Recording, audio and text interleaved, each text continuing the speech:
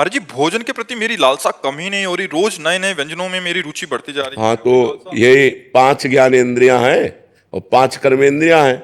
ये पूरे चराचर जगत को फांसे हुए है।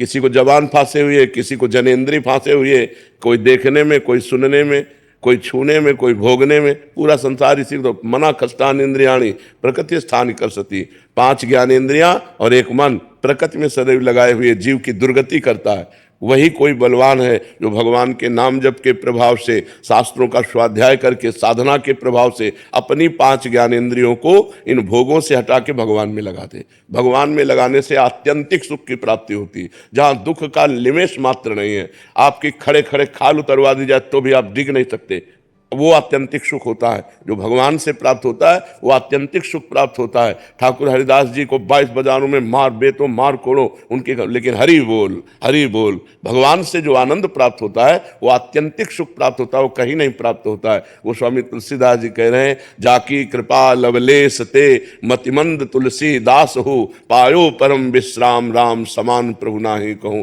ये मलमूत्रों के द्वारों में सुख है, यहां से खा लो, इतने भर के जाने की बात है। यहां से गया क्या था कोई मतलब नहीं है, वो फिर तुरंत उल्टी करके देखो तो देखने लायक नहीं रहेगा। अगर 6 घंटे पेट में रुक गया तो दुर्गंधयुक्त मल बन जाएगा।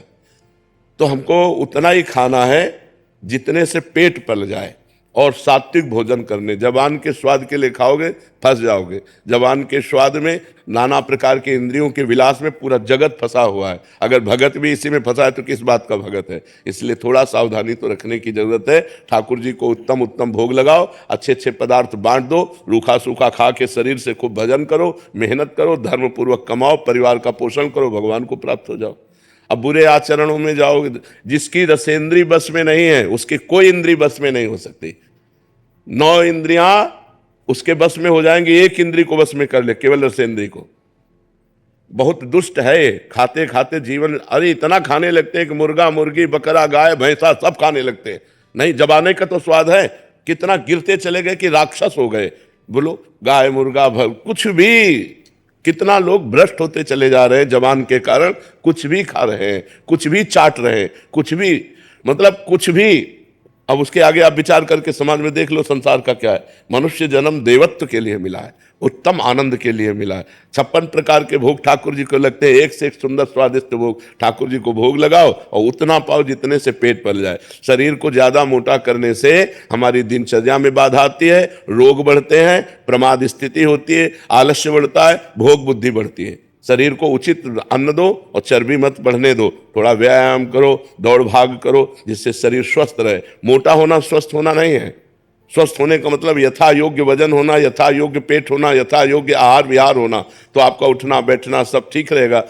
एक एक क्रिया करने में परेशान, वो कोई स्वस्थता है? स्वस्थता है कि स्वयं खड़े हो जाओ, स्वयं अपनी दिनचर्या करो। जब तक वृद्धावस्था ना आवे तब तक तुम्हारी कोई सेवा ना करने पावे, ऐसे अपने शरीर को स्वस्थ रखो, तब तो खान पान उचित रहा। अब अच्छी चीज मिली, दवा खा ली, वो चर्बी बढ़ा रही तो वो किसी काम का नहीं। महाराज जी, जैसे आपने बोला कि कुछ भी, तो महाराज जी देखा जाता है, ये महाराज जी हृदय की मलिनता है क्या? क्योंकि महाराज जी जैसे एक ऐसे पवित्र आत्मा होते हैं, जैसे कल ही आप हॉल में एक चीटा था तो आपने बोला इसको बाहर किसी का पैर पड़ जाएगा। एक हृदय ये है, और एक हृदय की जिंदा को तल रहे और जिंदा को मार रहे। महाराज जी कैसे हृदय, इनके हृदय मलिन हो चुके हैं, कर्कश कठोर पत्थर हृदय के लोग हैं। इनकी दुर्गति होनी है, इनकी दुर्गति होनी है। वो तो बहुत निंदनीय लोग हैं। भारत जैसा परम धर्म भी दूसरे देशों का अनुकरण करने के कारण भ्रष्ट होता जा रहा है।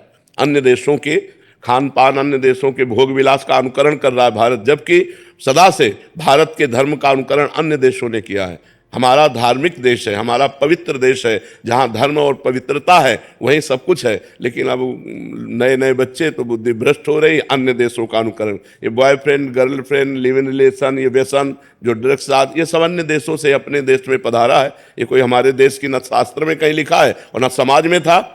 40 वर्ष पहले ये नहीं था।